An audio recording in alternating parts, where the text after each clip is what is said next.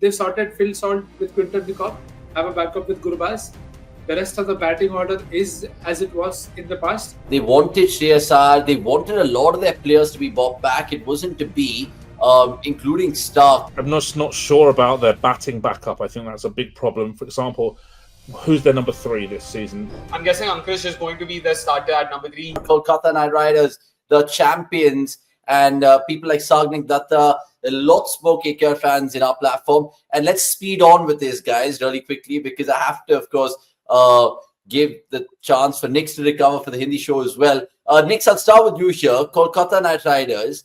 If you have to put a number first and then give me your explanation of why you're giving them a number in terms of auction business, how much would it be? And then go on with your reasons. I think I'll probably side with them being on par with Chennai in terms of the bases that they've covered. Okay. Maybe you would say that they were overspent on Venki, but maybe that is something that's just auction dynamics. Maybe they wanted to retain Venki, or they could not let go of anybody else. Maybe they could have let go of Ramandeep. I don't think Ramandeep would have cost them so much. So that is a line of thought that I can definitely understand, yes. But if I'm on a side going into a mega auction and I can get my core back in the budget, and I'm only missing Nitish Rana from that core that I had, with Shreyas Iyer being the collateral damage that you've lost a captain, but because he wanted to be in the auction, so you've lost the captain there. So with that, I'll be okay. They've sorted Phil Salt with Quinton de Kock, have a backup with Gurbaz. The rest of the batting order is as it was in the past. I don't agree with 3 purchases that they have made in Rahane, Moeen Ali, and Robin Powell. I don't know how they will use them. But do you agree with Manish Pandey? Yeah, he's the impact sub, perennial impact sub. I'm surprised they did not go for Anukul Roy. Oh, they have again. Yes, they have the fielding substitute spot on as well. With the ball, I think they have done well. That they've upgraded from Stark to Spencer Johnson. Steele maybe at that price 2.80. I think it's a very cheap buy there. And they also have Nokia. Now again, Nokia has not been in the best of forms, but a good option to have. I think with the kind of setup that they already have 6 good bowling options.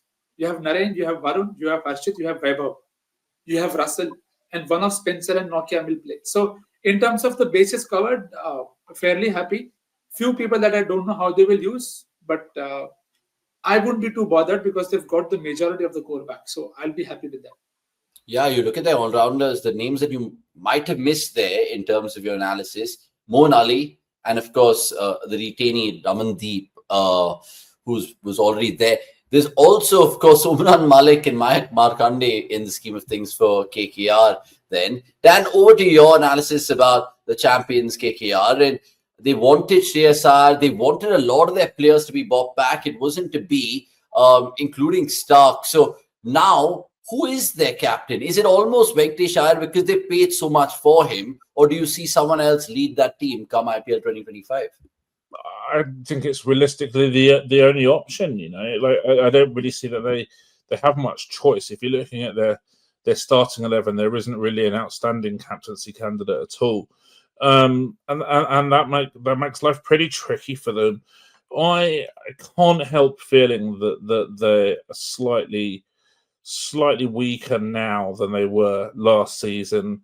Obviously, for example, they've traded out effectively from a winning team Stark and Phil Salt for de Kock and Nokia. I think that's a bit of a downgrade. They're one of the few teams that's actually got four overseas, kind of all 4 overseas bench players, I should say, and they're all players who kind of fit different roles. So that at least makes some form of sense. I'm not sure about their batting backup. I think that's a big problem. For example, who's their number 3 this season? They're going to play Rahane as a number 3. Are they going to have to use Manish Pandey in that role? I don't think either of those 2 players are particularly inspiring in that role. I certainly think that calling Manish Pandey an impact sub is somewhat of an oxymoron because he doesn't make much impact at all.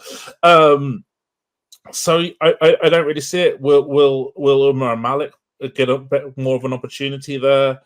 Will Aurora play potentially as well to give them the extra pacer? Because otherwise they're asking for a lot from from Andre Russell as a sort of a third pacer, and I think that's a very high risk situation for them to be in as well. So look, they're still competitive. They've still got a good squad. They've still got a good team, but not as good as last year, I think. I mean, I completely agree with you there. And if anything, I probably would say this is the weakest squad of the lot of all the 10 teams, if I have to say. So I for some reason, I've just not been able to wrap my head around the squad. It reminds me of the 2023 KKR squad that they had before Gambhir came in. Gambhir, of course, made a massive overhaul last year and somehow managed to, make the best of whatever was available this year. It's just not giving me that vibe in terms of the kind of picks they've gone for. So the 11 right now looks something like this for me. Sunil Narine, Quinton de Kock, Ankush Raghuvanshi at number 3. I'm guessing Ankush is going to be the starter at number 3. He played really well in the couple of games that he played for them last year. He's also, a project player for Abhishek Nair as well. So I'm pretty sure he'll be starting for them at number 3. Then you've got Venkatesh Iyer at number 4, Rinku Singh at number 5, Andre Russell at number 6, Ramandeep at number 7, Anukul number 8, Harshit Rana number 9, Spencer Johnson 10, Vaibhav Arora 11, and CV Varun Chakravarti, of course, being the impact player. Again, on paper, it seems to tick your boxes, like most of those boxes, if not all. But even then, for some reason, it just seems like an 11 that's missing something. I've been trying to see what exactly is this missing, but I do agree the absence of Phil Salt, Mitchell Stark, and I would even say Shreyas Iyer for that matter. You need someone, you need the cushion of, someone being there in the middle order. I don't know if you can say the same with the likes of, Ankush Raghuvanshi, Venkatesh Iyer, and Rinku Singh.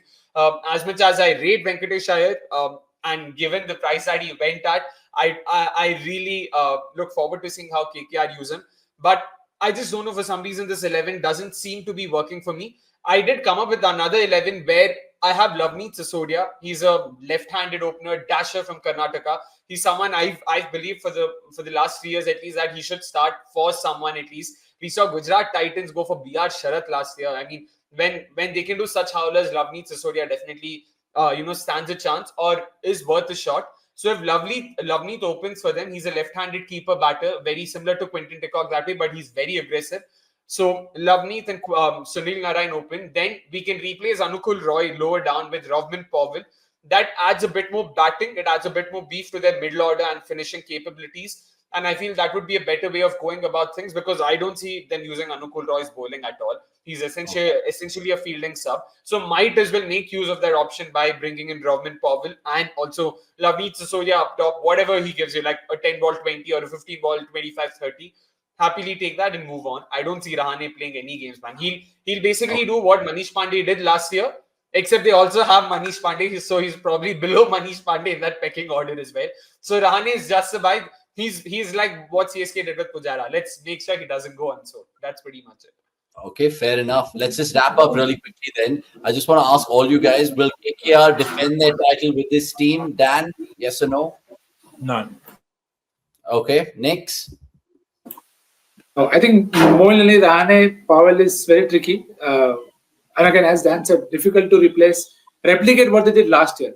They can use Russell Rinku more this year, but I'm not sure of Rahane, Moeen Ali, those picks. So difficult to replicate.